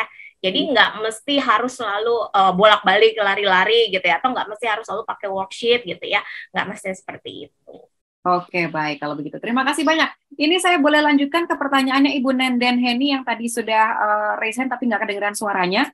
Saya bacakan aja ya Bu, izin ya Bu ya. Ini kalau ABK dengan gap usia fisik belasan tahun dan usia mentalnya 5 tahun, punya hambatan pada bahasa komunikasi, kita tuh lebih baik mengoptimalkan pada minat dan bakatnya gitu ya, atau mengejar kemampuan membacanya untuk masa depan mereka. Boleh ke Ibu Indri dulu, nanti mungkin Dokter Citra boleh menambahkan ya, Dokter Citra ya. Silakan. Oke, karena sudah besar ya gitu. Jadi secara akademis mungkin agak sulit ya gitu ya kalau untuk mengejar kemampuan membaca gitu. Jadi di sekolah kami ketika sudah besar seperti itu memang kami memfokuskan untuk kemampuan life skill-nya gitu ya. Dalam artian anak-anak harus mandiri, apa ya namanya, tidak hanya secara untuk dirinya sendiri, tapi juga kami latih supaya di masa depannya mereka memiliki kemampuan finansial gitu ya. Itu sih sebenarnya yang paling penting. Jadi ketika anak nggak bisa nih baca gitu ya, tapi untuk mengenal gambar mampu dong gitu ya. Kalau misalnya tidak bisa membaca kalimat, mengenal gambar mampu, ya sudah kita gantilah dengan menggunakan visual aid gitu. Nah, selain itu tetap kita optimalkan untuk kemampuan life skill-nya. Baik, life skill ya yang jadi tumpuan utamanya gitu ya, supaya dia bisa jadi mandiri. Terima kasih Ibu Nandan. Dokter Citra mau nambahkan, silakan. Ya, setuju sekali dengan Ibu Indri. Jadi memang agak berbeda ya antara usia kronologisnya dengan usia mentalnya. Jadi memang kita tidak melulu harus berpatokan pada akademis gitu ya. Karena kalau sudah seperti ini, sudah dia belasan, udah umurnya di atas 5 tahun, kita lebih ke arah bagaimana dia bisa satu mandiri. Yang mandiri adalah dia bisa, itu udah yang paling target awal banget ya, dia bisa mandiri mengurus dirinya sendiri. Syukur-syukur dia bisa nanti akhirnya bisa bersosialisasi dan memiliki ya life skill yang tadi Ibu Indri bilang lebih rumit gitu ya. Jadi itu yang menjadi tujuan kita, bukan lagi akademis ya. Jadi harus kita juga harus bisa menyesuaikan bagaimana kemampuan anak. Ya, oke, terima kasih banyak. Nah, berikutnya kita ke live lagi ya. Pertanyaannya dari Ibu Hana. Selamat siang, Ibu Hana dari kota mana? Sudah saya coba untuk unmute. Oke, terima kasih Kak Indri, Natalia Indri. Ibu Hana dari kota mana dulu? Aku Hana dari Jakarta ya. Aku langsung bertanya sama Dokter Citra ya, sama Kak Indri. Satu aja ya. Dokter, apakah bisa deteksi nggak ya kalau misalnya ibu hamil itu nantinya akan memiliki anak berkebutuhan khusus, terutama anak-anak yang dengan gejala autism, Dok? Itu kayaknya berat banget ya. Soalnya saya juga punya anak berkebutuhan khusus nih, Dok, tapi nggak kedeteksi. Jadi sekarang sudah usianya 27 tahun, Dokter. Laki-laki ya. Kemudian pertanyaan saya dengan Kak Indri ya, apakah bisa ya Kak, maksudnya anak-anak dengan berkebutuhan khusus tidak perlu sekolah normal, tapi dia fokus ke terapi-terapi dulu, dan sampai dengan usia berapa Kak itu terapi disarankan? Jadi kalau udah besar seumur sekian udah nggak perlu Bu, jadi dia bisa masuk ke sekolah normal, seperti kayak begitu ya. Terima kasih Kak Indri, terima kasih Dokter dan Kak Natali. Terima kasih Bu Hana. Oke, silakan Dokter Citra dulu ya. Bisa nggak sih dideteksi dari hamil? Tadi juga ada pertanyaan serupa di kolom chat gitu. Silakan. Ya, benar. Jadi memang sebenarnya anak berkebutuhan khusus itu kan juga penyebabnya banyak. Ya, ada yang penyebabnya genetik atau suatu penyebab inborn error of metabolism. Itu sebenarnya di luar negeri sudah bisa dideteksi dari kehamilan. Nah, itu caranya dengan mengambil cairan amniosentesis atau mengambil cairan amnionnya dan dicek genetiknya. Nah, tapi tentu saja juga ada resiko, di mana kan kita harus menusukkan jarum, kemudian mengambil cairan amnionnya, ya, dan kemudian untuk reagen genetiknya juga terbatas, masih ada baru di luar negeri, ya, kita biasanya kirim keluar. Nah, itu jadi, tapi juga tidak bisa mendeteksi semuanya, seperti autis, sindrom spektrum autis itu kan tidak ada gen tertentu yang spesifik penyebabnya gitu. Jadi hanya pada suatu kelainan kromosom atau gen yang memang sudah jelas. Misalkan ada epilepsi, dia mutasi di gen SCN1A. Jadi kita cek gen itu. Tapi kalau untuk spektrum autis itu belum ada yang konklusif gen apa gitu. Jadi tidak bisa jadi 100% juga akan mendeteksi anak ini ABK atau tidak. Nanti ya jadi harus ada pertimbangan dengan dokternya. Perlu nggak kita periksa? Karena kan juga beresiko bisa keguguran kan, karena namanya diambil cairan amnionnya. Ya, yang kedua, nah kita bisa ada namanya konseling genetik. Pada beberapa pasangan, misalkan nih thalassemia itu kan juga dia dengan anak dengan thalassemia itu ya, dengan anemia yang kronis, itu ternyata kan diturunkan. Jadi harus periksa ibu bapaknya sebelum hamil gitu. Bahkan katanya sebelum nikah. Tapi apakah mereka semua memiliki karier atau ya, karier itu adalah suatu pembawa sifat. Nah, seperti itu. Kalau memang sudah ada riwayat misalkan kakaknya dicurigai suatu sindrom tertentu, nah itu mungkin kita bisa nanti untuk adiknya atau lagi hamil ini kita bisa spesifik mau periksanya apa, karena tidak bisa ada panel yang semuanya mendeteksi seperti itu, tidak ada. Jadi memang ya kadang-kadang kodarulo juga ya, jadi bagaimana yang penting kita saat hamil seperti itu sudah memberikan yang optimal untuk kesehatan kita dan bayi ya. Misalkan makan makanan yang bergizi, bernutrisi, suplemen asam folat itu wajib, karena asam folat kekurangan itu pasti ibu hamil kurang ya. Dan zat besi juga pasti ibu hamil kurang, zat besi untuk pertumbuhan otak anak, asam folat untuk pembentukan tabung medula spinalis. Jadi kalau kurangan asam folat bisa ada namanya spina bifida, yaitu seperti sumsum tulangnya menonjol keluar seperti itu ya. Jadi vitamin itu sebenarnya jangan pikir kita sih udah makannya bagus kok, jadi nggak usah makan vitamin lagi, tidak, tetap harus seperti yang disarankan oleh dokter ya. Kemudian ya nutrisi, vitamin, kesehatan mental ibunya juga, psikologis ibunya ya, dan bagaimana bisa kita jaga saat hamil ya, mungkin secara medis seperti itu. Tapi untuk 100% mendeteksi tidak bisa. Baik, terima kasih banyak. Jadi lebih ke preventif juga gitu ya. Oke, pertanyaan berikutnya ke Mbak Riris kali ya. Mbak Riris, soal terapi nih, jadi gimana anak-anak ABK ini kalau udah gede, terus nggak perlu sekolah normal, tapi fokus ke terapi-terapi gitu bisa nggak? Terus saya tambahkan juga pertanyaan dari Bapak Arkan dan juga Ibu Margaret. Untuk terapi itu cukup 1 kali seminggu kah? Dan idealnya dilakukan berapa kali? Atau berapa jam dalam seminggu untuk anak yang sudah sekolah? Ini saya kumpulkan ya soal terapi. Silakan Mbak Riris. Oke, baik. Kalau misalnya sudah sekolah dan sudah besar, apakah tetap terapi atau enggak? Tadi sebenarnya udah dijelaskan sama Bu Indri ya. Ketika sudah sekolah, lebih baik memang tetap untuk menjalankan terapi. Tapi balik lagi, ketika memang sudah dievaluasi oleh dokter dan dokter bilang, sudah cukup nih terapinya, sudah bisa mandiri di sekolah, dan sudah cukup untuk bisa berinteraksi dengan lingkungan sosial lainnya tanpa bantuan terapi, oke, kita berhenti di situ, gitu.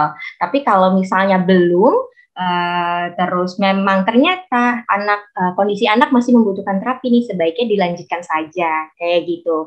Nah, untuk frekuensi terapi, apakah seminggu sekali ataukah 2 seminggu sekali, dikembalikan lagi pada kondisi sang anak ketika datang. Dokter biasanya setelah mendiagnosis itu menyarankan untuk terapi A, terapi B, terapi C, dan biasanya akan dijelaskan anak akan membutuhkan terapi seminggu 2 kali kah, seminggu 1 kali kah, kayak gitu. Jadi semua dikembalikan pada diskusi awal dengan dokter. Nanti disesuaikan lagi gitu. Lama juga akan menyesuaikan ya, anaknya udah bisa apa, jadi mana yang bisa betul. Oke, terima kasih. Maaf, mau nambahin dikit, kebetulan untuk ini juga ya. Jadi saya sama Prof. Adiono kemarin kan bikin penelitian mengenai terapi SI. Alhamdulillah sudah dipublish di jurnal internasional. Jadi untuk anak autism spectrum disorder, untuk terapi sensori integrasi yang dianggap itu efektif adalah sebaiknya 2 kali seminggu dengan lamanya 1 jam gitu. Selama 3 bulan yang bisa memberikan efek yang signifikan. Nah, karena memang kan terapi itu kan memang dari literatur dari luar juga banyak yang ya bervariasi ya gitu. Cuman dari penelitian saya dengan Prof. Adiono di klinik anakku, jadi itu kalau SI ya, khusus SI mungkin. Kalau terapi perilaku mungkin juga ada penelitian yang udah dilakukan juga ya kalau nggak salah. Kalau terapi SI itu adalah 2 kali seminggu, 1 jam selama 3 bulan itu untuk mendapatkan minimal yang signifikan. Karena seringkali saya juga dapat pasien yang sudah diterapi untuk anak spektrum autis di luar, ya hanya 1 kali seminggu dan hanya setengah jam. Terus kemudian datang, dok saya nggak ada perubahan dari terapi SI. Nah mungkin karena ya jumlah atau kekerapannya kurang, dan kita juga tidak tahu kualitasnya juga begitu. Jadi Ya, mungkin itu untuk tambahan dari penelitian kita. Ya. Baik, terima kasih Dr. Citra. Mbak Indri mau menambahkan juga. Baik, Tadi benar tuh kata Dr. Citra terkait durasi. Kadang ada beberapa anak telat misalnya terlambat 30 menit sudah datang, baru datang 30 menit baru datang, dan ternyata ya di dalam kelas hanya misalnya anaknya masih nangis-nangis, jadi menghabiskan waktu untuk menangis saja gitu. Jadi program yang akan diberikan tidak masuk nih, jadi program kita masuknya adalah regulasi saja gitu. Mungkin itu juga yang menghambat perkembangannya sang anak gitu. Oke, terima kasih banyak Mbak Riris sudah mengingatkan ya. Berikutnya kita ke Ibu Siti Hajar. Selamat siang Ibu Siti Hajar. Dari kota mana nih? Halo. Iya, halo, dari Kota Medan. Silakan. Saya ingin bertanya ke Dokter Citra. Ini kemarin anak saya kan didiagnosa cerebral palsy dengan epilepsi. Kalau untuk tumbuh kembangnya sih masih berguling sama masih diajarin untuk duduk. Terus waktu periksa mata, didiagnosanya sarafnya mengecil gitu, saraf matanya. Jadi kemungkinan ada kebutaan. Nah, untuk terapinya apakah bisa kita untuk menyokong terapi matanya biar nggak sampai kebutaan? Oh, oke. Baik. Sekarang usianya berapa ya, Ibu? Usianya 2 tahun. 2 tahun. 2 tahun. Dokter Citra, apakah ada pertanyaan lagi atau datanya sudah cukup jelas? Oh, sama ini vitamin apa? Apakah vitamin kayak macam minyak ikan itu harus rutin diberikan untuk si anak? Oke, baik, vitaminnya. Oke, baik, terima kasih Ibu Siti Hajar. Halo, tuh lagi bareng sama si kecil ya. Oke, silakan Dokter Citra. Ya, baik. Pada Ibu Siti Hajar ya, jadi anaknya dengan CP dan epilepsi. Jadi dikatakan ini lebih ke arah bagaimana untuk matanya ya. Jadi memang pada anak CP itu kan adalah ada suatu kondisi gangguan di otaknya ya. Nah, otak itu sebenarnya harus kita sebagai dokter neuro anak harus cari tahu sih bagaimana apa gangguannya seberapa besar, seberapa spesifik itu kelainan di otaknya. Biasanya kita akan lakukan MRI gitu. Jadi sebaiknya jika ada data MRI untuk melihat bagaimana struktur otaknya. Tapi otak itu sebenarnya sangat kompleks ya.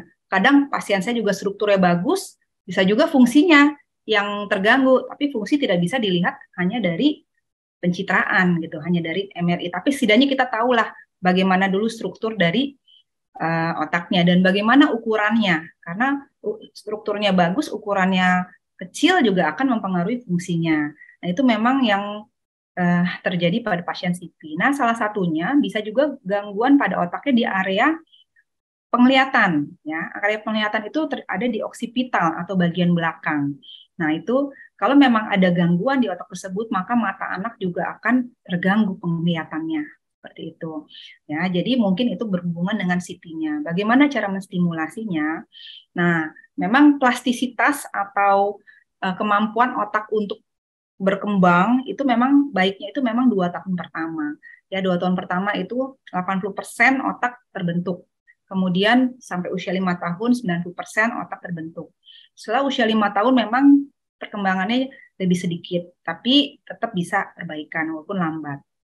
Jadi tetap kita stimulasi anak ini dengan cara kita merangsang sel-sel sarafnya, yaitu dengan merangsang penglihatannya. Jadi sering untuk, kalau di literatur kita harus sering memberikan stimulasi misalkan cahaya ya. Jadi stimulasi cahaya pun juga sering, kalau di literatur dikatakan setiap di center matanya ya 1 detik selama semenit selang-seling diulang dalam 1 hari sampai 30 kali. Nah, itu kalau memang anaknya masih responnya hanya cahaya. Nah, kalau anaknya sudah mulai membaik responnya, kita berikan lagi rangsangan berupa warna-warna yang terang, gitu ya. Warna yang lebih terang seperti merah, kuning, ya. Kita sering berikan di depan matanya jarak sekitar 30 cm. Ya, sambil kita main, sambil stimulasi yang lain, gitu ya. Ajak main, ajak bercanda, gitu. Nanti agar saraf matanya itu juga jadinya kan terstimulasi untuk tumbuh gitu, karena memang masih bisa tumbuh sel saraf itu ya. Nah, mungkin seperti itu untuk stimulasinya. Tapi kita harus cari tahu juga bagaimana kondisi otaknya dan juga listrik dari signal dari mata ke otak. Itu biasanya ada pemeriksaannya namanya VEP ya, visual evoked potential. Jadi mau lihat listriknya tuh nyambung nggak nih dari mata ke listrik sana ya. Nah itu yang ngerjain biasa dokter mata gitu. Kemudian apakah ada vitamin tertentu?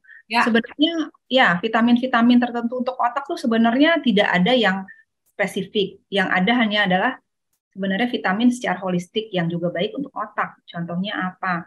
Seperti zat besi ya kan, itu kan untuk baik untuk aliran darah, untuk oksigen, ya agar anak tidak anemia. Jadi akhirnya otaknya juga mendapatkan nutrisi dan juga oksigen yang baik. Jadi zat besi. Kemudian vitamin D juga untuk daya tahan tubuh kan. Jadi anak juga tidak gampang sakit. Akhirnya otak juga terjaga kondisinya. Ya, kemudian banyak sih, ada vitamin tadi kan asam folat, kemudian vitamin-vitamin yang seperti vitamin E, vitamin C, semua sebenarnya multivitamin yang sangat baik untuk perkembangan otak. Intinya adalah memang harus dengan nutrisi nomor 1.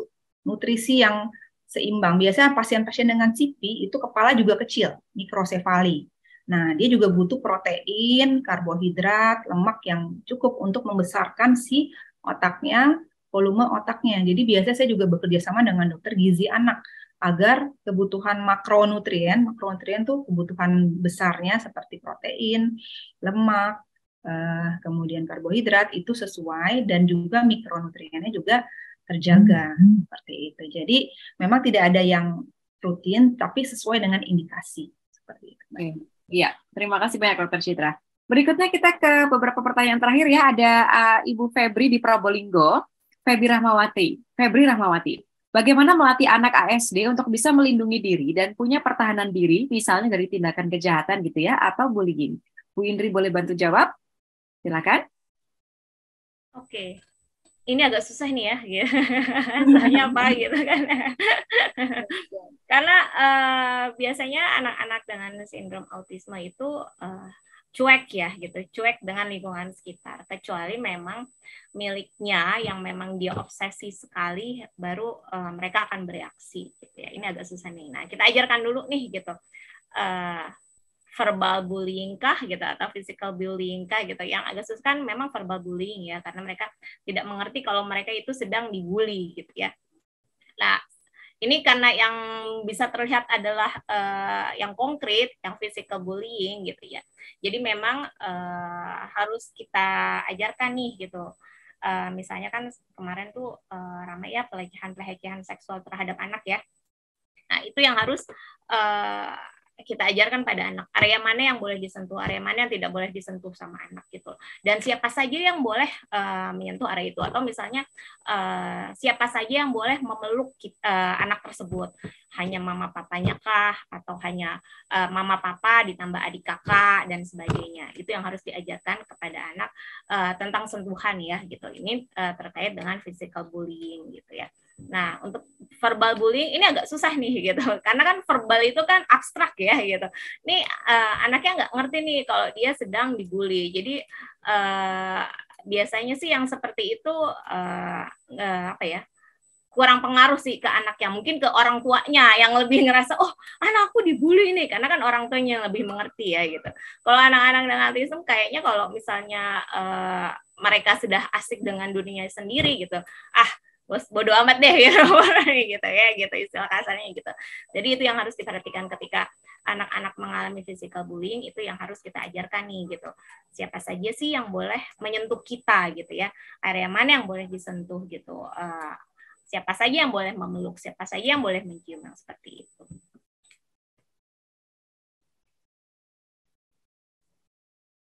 Masih di mute Mbak Indri. Oh iya, mohon maaf. Ya, ini pertanyaan terakhir. Terima kasih tadi Bu Indri sudah menjawab. Pertanyaan terakhir dari Ibu Sofia dari Bekasi. Secara general ingin bertanya, bagaimana supaya ortu ABK ini aware ya, kalau anak mereka itu perlu penanganan khusus gitu loh. Karena saya punya keponakan yang cerebral palsy, tapi ortunya masih denial kalau anaknya ini spesial. Nah, ini kan jadi permasalahan awal bagi kita semua ya sebetulnya ya.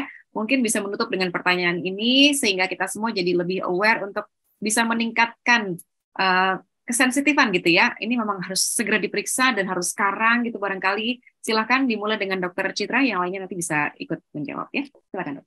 Ya, baik. Kepada Ibu Sofia dari Bekasi. Nah, bagaimana cara kita bisa aware? Yaitu dengan cara kita banyak membaca ya. Jadi kita harus mencari tahu, sebagai punya anak itu kita harus banyak juga memperkaya diri dengan ilmu untuk anak ya. Contohnya ya satu, perkembangan lah ya, perkembangan anak. Sebenarnya gampang, di buku KIA tuh ada tuh di belakang. Kan kita semua punya buku KIA yang terbaru, pasti ada di usia-usia yang aku belajar dari mana ya gitu. Banyak, Google banyak, tapi KIA lah. Itu ada usia sekian dia harus bisa ini, usia sekian dia harus bisa ini. Dan bahkan tuh buku KIA itu lebih, dia screening. Kalau screening itu, dia lebih di over diagnose gitu. Kayak misalkan, umur segini harus bisa, misalkan 12 harus bisa jalan, padahal nggak juga. Kalau dalam neurologi, 18 bulan kita boleh. Tapi nggak apa-apa, itu bagus untuk kita lebih deteksi dini, untuk aware ya kan, untuk diperiksa lagi anaknya, oh ternyata digendong-gendong terus, makanya nggak bisa jalan gitu. Nah, jadi caranya biar aware, pasti sih yang pasti satu kan kalau punya anak kan ke dokter anak, jadi kita konsultasi bagaimana perkembangan anak ya. Kalau nggak sempet nih dok, selalu cepet-cepet ya kita baca buku KIA-nya gitu ya. Terus dan nggak apa-apa juga untuk sebenarnya sebagai screening awal ya, lihat ya anak-anak oh kok biasanya anak ini bisa, nggak apa-apa sih sebenarnya, tapi jangan terlalu overthinking ya. Jadi kita konsultasikan ke dokter, dokter bilang nggak apa-apa, ya udah, jangan terlalu, tapi dok tetap bisa, karena semua punya range, punya range yang ada red flags-nya. Ya, red flags-nya, misalkan refleksnya 6 bulan anak harus bisa tengkurap bolak-balik, dipanggil udah mulai nengok ya, sudah mulai tapi belum pasti ya. Kemudian dia mestinya 1 tahun udah bisa nunjuk ya, tapi belum bisa ngomong juga masih nggak apa-apa. 15 bulan udah bisa 1 kata, misalkan 18 bulan harus sudah bisa jalan gitu. Jadi harus aware dari situ. Nah, mungkin ibu-ibu orang tua yang masih denial, karena ini mungkin anaknya masih yang di borderline ya, yang di abu-abu nih gitu.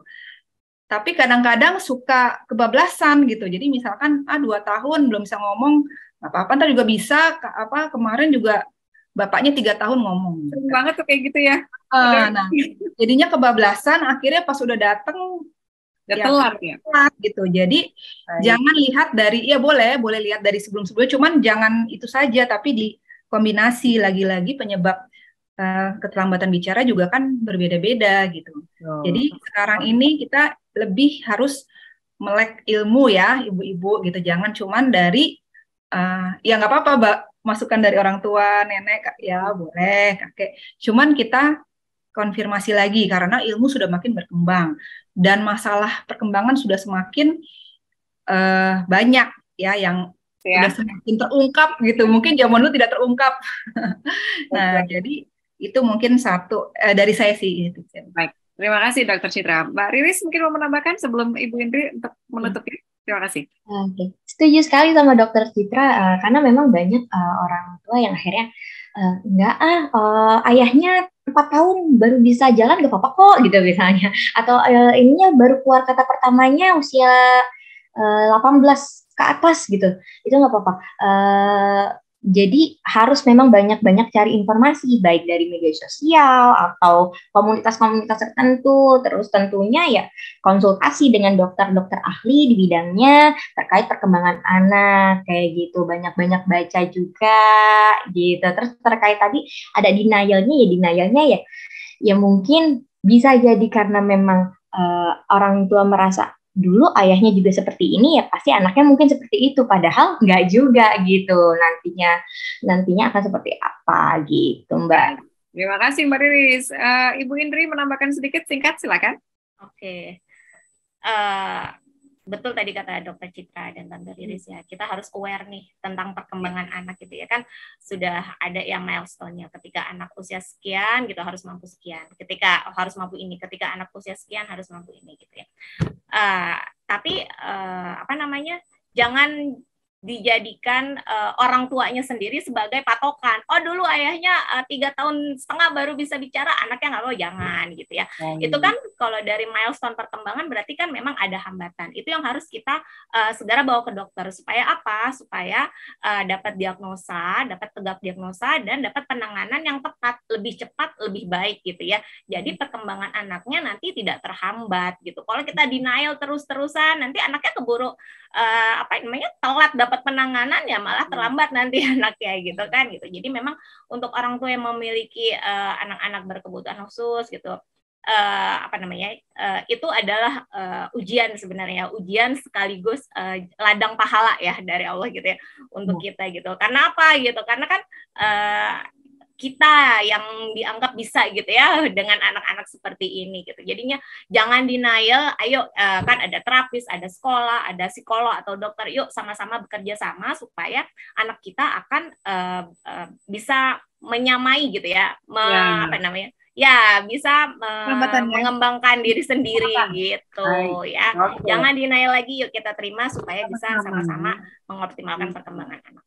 Nah, makanya penting banget ya untuk kumpul-kumpul kayak gini ya. Jadi ada saling mendukung gitu. Jadi nggak ada yang merendahkan satu sama lain gitu. Yang penting kita sama-sama bisa bergerak. Oke. Ada juga loh Mbak Indri yang malah anaknya orang tuanya tidak denial, terlalu kecepatan. Dok mau diterapi. Padahal sebenarnya ini bisa juga. Bu, stimulasi dulu di rumah gitu, nggak apa-apa. Ada juga yang kecepatan. Ya, maksudnya pentingnya tahu ya itu ilmunya, ini masih nggak apa-apa. Itu saking khawatirnya ya dok ya. Terapi gitu. Takut ketinggalan ya dok. Padahal ada beberapa hal yang mesti di screening juga sebelumnya nih. Tapi setuju sama Ibu Nancy Dwiana, untuk orang tua dengan anak ABK ini juga terpenting harus menjaga mental ya. Dan mencari pengetahuan yang lebih. Saling mendukung, saling mensupport semuanya ya, ibu-ibu semua yang hadir di sini. Jadi ini saya coba untuk konklusikan. Jadi ini perlu, tadi saya coba untuk sum up lagi, karena penegakan diagnosa dengan ABK ini memang harus tepat ya. Sehingga kita bisa melakukan intervensi sedini mungkin dari sisi medis dan juga psikologisnya. Kemudian yang kedua, dibutuhkan kolaborasi antara dokternya, kemudian juga terapisnya, orang tuanya, sekolah, dan juga lingkungan sekitar, sehingga optimalisasi nanti itu bisa berjalan dengan lancar sebagai bekal mereka untuk hidup. Nah, ini kemudian yang terakhir, tadi kita baru aja bahas, jadi orang tua dengan ABK juga perlu untuk menemukan social support dari lingkungan sekitarnya, supaya kita bisa dapatkan dukungan dalam menangani ABK. Karena kan ini kan long term gitu ya, jadi kita perlu untuk berjalan bersama-sama.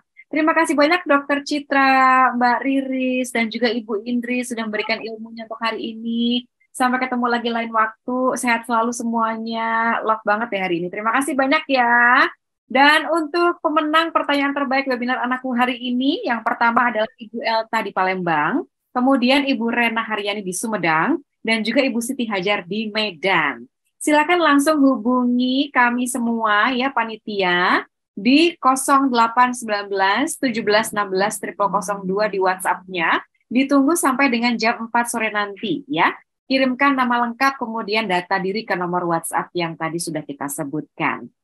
Dan juga informasi berikutnya adalah screening tumbuh kembang itu juga bisa loh diisi formnya di akun Instagramnya @anakku_id. Jadi masuk aja di bio-nya Instagramnya Anakku ID, itu ada link tree di sana. Langsung klik aja, bisa ikutan screening di situ ya. Dan tanpa kita sadari sudah 1,5 jam nih kita ngobrol-ngobrol. Terima kasih banyak buat narasumbernya. Terima kasih untuk kayak ibunya yang juga antusias banget bisa langsung ngobrol-ngobrol bareng sama kita semua. Dan yang jelas kita sama-sama saling mendukung ya. Jangan lupa tadi. Dan tetap semangat. Mudah-mudahan bermanfaat bagi kita semua dan tetap semangat juga dalam mendampingi si kecil sesuai dengan kampanye Anakku ID, yaitu ABK juga bisa. Baik, saya Indri Nurdi dulu. Terima kasih banyak. Sehat-sehat selalu semuanya. Sampai ketemu lagi di kesempatan yang akan datang. Wassalamualaikum warahmatullahi wabarakatuh. Selamat siang semuanya. Bye-bye.